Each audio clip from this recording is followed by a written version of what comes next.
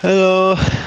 Hello, everyone. I'm here with Hadi from Spacestation Gaming. We're here to talk about everything for the Stockholm Major. And I first want to ask Hadi, because a lot of teams, everyone's come from all over the world to Europe. They've come from Berlin to Sunderland. Everyone's boot camping. You guys aren't boot camping, though. Most people on paper would see this as a disadvantage. Is that how you feel about it internally as a team as well? Nah, we're chilling. We're just chilling at home, just for usual. And we think it's an advantage because we only have one travel day, so we're maxing up on scrims. And I don't think anyone minds because we're just chilling at home, doing the usual. I think it's good. As well, you don't really have like a big time zone shift for most of your players. Is only going Yeah. to be Landon, I guess, who will be coming Yes, over, dealing with that. So he's any traveling plan? tonight or something. Oh, you're getting him out early then, so he's got like a bit more time to just. Yep. And the rest of you traveling Wednesday together. Yes, traveling on the All right. 20th and then arriving at the 20th. Okay. So before we get into the meat of the meta and the Stockholm and all of that, I wanted to ask you a little bit about stage four, because a lot of word on the street is now it's going to be relatively similar, at least in terms of some of the style of compositions. The stage four went very well for you guys, but Mm-hmm. you lost to Ents initially and then did very well, blew them out of the water in the final. So what was the big change, or what felt so different to you guys between that upper bracket and that grand final? I think it's just we're just a theory team, and we just had so many like scrappy fights in our first match, and then everyone was calm for the finals, and we could just execute theory. And when we execute theory, we just win. Was there anything you learnt about that you think means you'll be able to create this sort of calm atmosphere where you can just focus on theory and all of your matches going forward? Yeah, I think it's fine. I mean, I don't know, like it's hard to like emulate the environment because you kind of just have to see how it goes. Like I feel like in the day everyone was kind of just like more chill and confident. I mean, just gonna try to emulate a confident, chill experience, focus, take it one step at a time. I think it's gonna be good because it's like really macro-ish meta, so it's gonna be good. But I wanted to ask about KSA joining as well, because he's been with the team for a while now. And while a very talented player, obviously you're the person whose playtime gets put most in jeopardy when you sign someone like KSA because you have overlapping heroes. How's that experience been for you with him joining the team? I mean, it was it was basically my call to get him in the team, so it's fine for me because I mean it was like in a long time we could have gotten KSA like for stage three probably. I mean basically after he left TM we could have gotten him if we wanted to, but it was never like the call was like kind of on me. Like the team was fine to just have me as a solo tank, but then one day I messaged KSA. I'm like, okay, you can let's join. Let's join forces. Then he joined. And how has it been sharing playtime since then? It's probably been the first time. I guess it would have been season 5 in Overwatch League when Poco was Yeah, still on the team. Last time you shared playtime. yeah, it's fine. I was actually I was expecting to play less, but I guess I'm playing. It's fine. And then that maybe kind of leads us on to talking about the meta as well, because most people haven't really seen a whole lot of Overwatch out Hmm. since stage 4. There's maybe been a bit of collegiate where they're playing Except the Mauga. Aurora Cup, of course. You Yeah, they're can playing a watch lot it of. at Commander X stream. Thank you. They're playing a lot of Zarya in China, so Oh this will wait, be maybe not so much of a spoiler, but I don't think we should expect much Zarya at no Stockholm. Zaya. How's the meta shaping up? So I think early in the meta, people were playing a lot. Like everyone was playing Queen or Orisa only, and then we were like, Mauga seems good, so we're just playing Mauga, and now everyone's playing Mauga. I think there's like some people like sometimes you play dive on some divey map, but like 90% of maps is Mauga now. There's like one team, I think they play Queen, but that's it. So really, Mauga heavy meta across, which means probably going to be, well, I say probably, definitely going to be a very macro heavy meta again. So in theory, everyone calls you guys the kings of macro. Are you then confident that this has really lined up quite nicely for you? Yeah, I think the heroes are good for us because it's like Mauga, Juno Break, and then it's like Reaper, Echo, Sim. Some people play Sombra, some Pharah, but like all the heroes are like really good for us. Like we are really like individual skill is high on the comp of the heroes for our players, and it's a macro heavy meta. So like I think it's gonna work out really nicely. Like on a good day, I think we can win the tourney. Yeah, I think when you mention heroes like Sim, Reaper, and Echo, and then you tell me the roster's You going have to have Seicoe Backbone and Seicoe Backbone, in it. yeah. You have Yeah, it's Seicoe on Echo, and then you have Backbone on Zoom, Reaper. Like sometimes Genji is playable. Backbone also playing the Genji, and he's playing really well in scrims, so it's good. it lines up quite nicely, and I guess it also gives you a sort of nice advantage over the teams who are maybe a lot more hit scan heavy or don't have a Yes. natural double flex DPS player as well. Is there really any room for hit scan in this current meta, or is it really fallen off? I don't think so. I think it's really hard. Like you can like it's like playable on the divey maps, when you're playing the Winston Ana, you can play some hit scan, but in the Brawl Mirror seems really weak. Just the ult is not strong enough. The neutral does not like the neutral is not that good, and the ults for hit scan are just really not good. And then I wanted to ask you about Echo specifically, because I think a lot of the time when people have seen Seicoe play this year, they always talk about how actually he's probably on that hero, at least in the West, definitely the best. And I think if you look at the other top Western teams, like maybe people like Kevster and Sugarfree, wow, good at Echo, not really the same level as Seicoe. How do you Yeah. think Seicoe though matches up when you maybe think about if we take like the best Korean Echo, it's probably Hesang, right? How do you hmm think Hesang matches up against Seicoe on that hero? I don't think Hee-Sang wants to play with Seicoe Echo. Really? I think he's trying to avoid that matchup. Honestly, I think Seicoe for sure on like his day, he's for sure the best. Who's playing Echo for Oh, Falcons even? Proper's played it more often, but obviously Yeah. Stalker can play it as well. Yeah, He I can don't pick the think they lane with have it. that strong Echo either. So I think Seicoe might like on his day he might just be the best on it in the world. Like I really don't think the Korean Echoes. There's no really like crazy Korean Echo. I don't think. And then I want to ask you about Mauga as well, because you're a player who's played quite a lot of Mauga historically and had a lot of success with it. What do you think the most important things are for a Mauga in this type of meta? Um, I mean, it's really a lot about just hitting your slam, managing your shout, but it's like very, very, very like team based. Like actually, maybe the most important is knowing how to peak and how to like preserve your HP or when to peak, when to push advantage. But it's like a really push pull heavy meta, and then you have like the skill ability with the slam. But like the peak timings are for sure the most important, I think. And then I wanted to ask you about the sort of comp as a whole. Obviously, you guys always get lots of praise when it's a macro heavy meta. What do you think it is that your team does better than all these other teams get to the situation?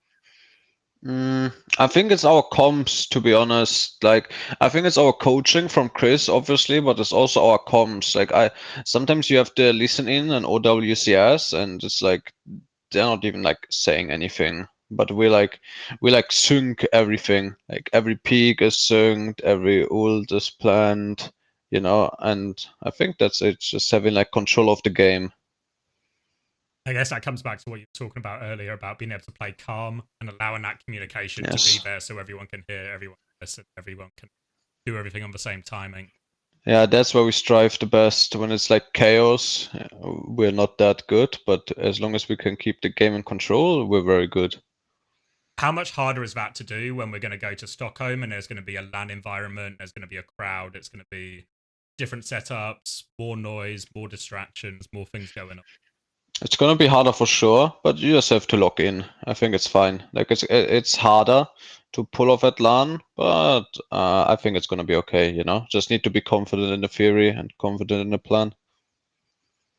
And then if we focus on the tournament itself coming up, we've already got the bracket. So your first game is going to be against Nightmare, who, much like you, are a team who are described as doing very well in these sort of macro heavy metas, the closest Yeah. they've been to Toronto in this. How do you feel about that first matchup? I think Nightmare is just like mini us, you know. I feel like they're like fans. They're also playing so much Ryan as well when it's like playable and stuff. I feel like they take a lot of inspiration from us, but we never had issue with Nightmare and Scream on matches. Like we played them, I think, before the other DreamHack. So like we have really high confidence with Nightmare. I think it's gonna be easy. And then we play Falcons next. We also have really high confidence with Falcons. Like they're for sure the worst Korean team, and Okay.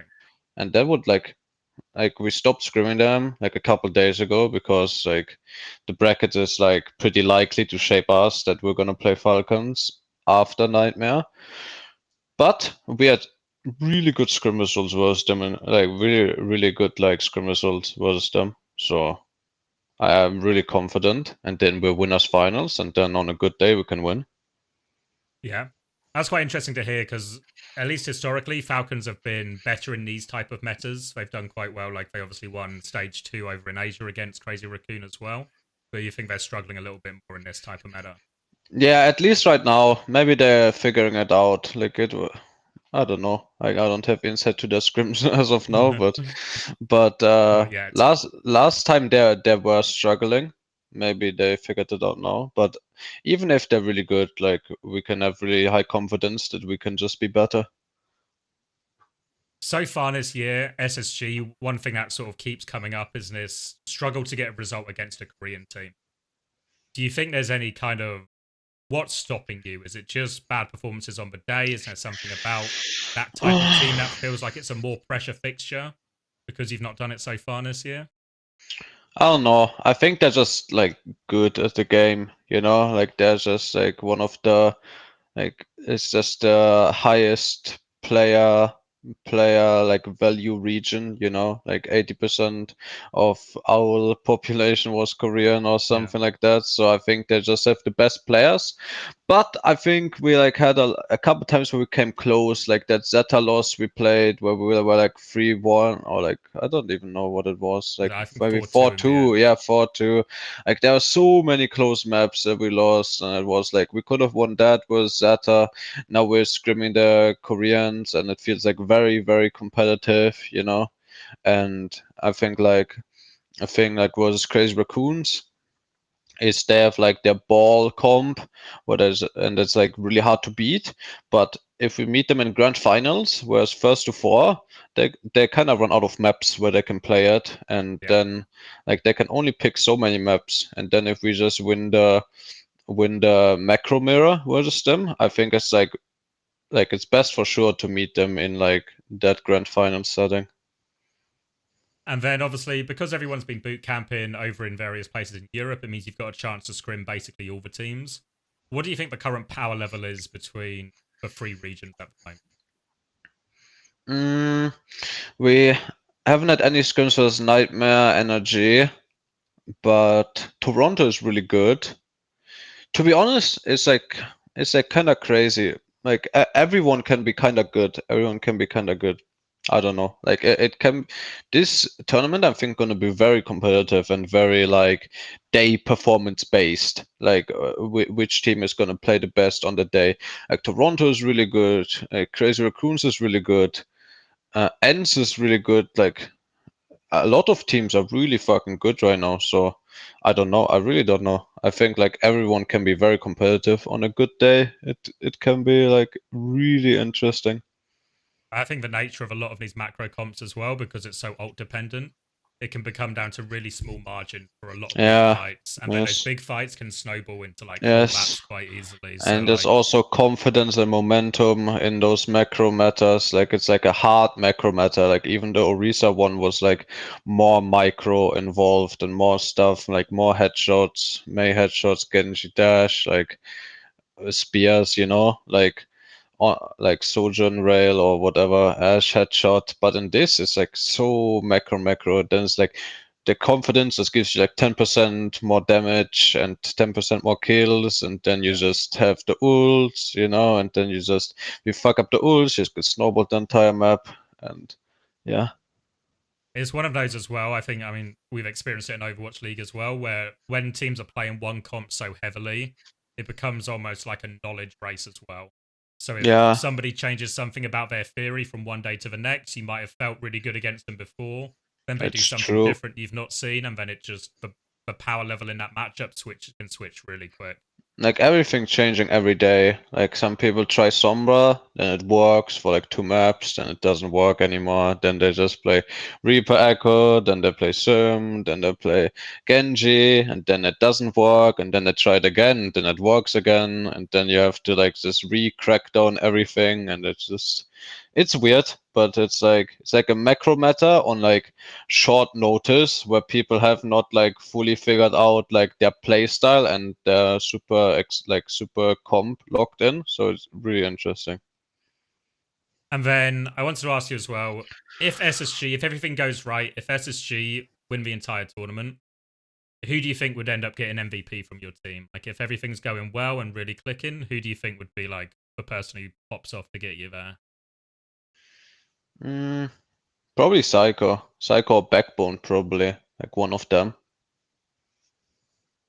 And then if I had to ask you, is there any team you're particularly interested in facing? Or like obviously you want to like beat all the I good think teams. Falcons. You I want just Falcons? Falcon. Yeah, I just wanna play Falcons. Wanna win versus Falcons. Then have top three locked in, and then like my personal goal is to get top three, and then if then good day we can win, and then it's like very nice, but it's like really like very nice to play off of the top three. Like anything else besides top three, I would be disappointed really. Yeah, well, I think when we talk about some of that, like ability to change your theory or adapt and like adapt what the other team's doing, the schedule at Stockholm's actually quite packed in terms of Yes, lots of games very quickly. So if you get that upper bracket run, you also get more time to watch the other teams exactly. and see them play. Yes. It's actually like quite a big advantage this tournament. And then finally, you can't say SSG because obviously, if I ask you who you want to win, you will say SSG. But if you can't pick yourselves, who do you think most likely to win at this tournament?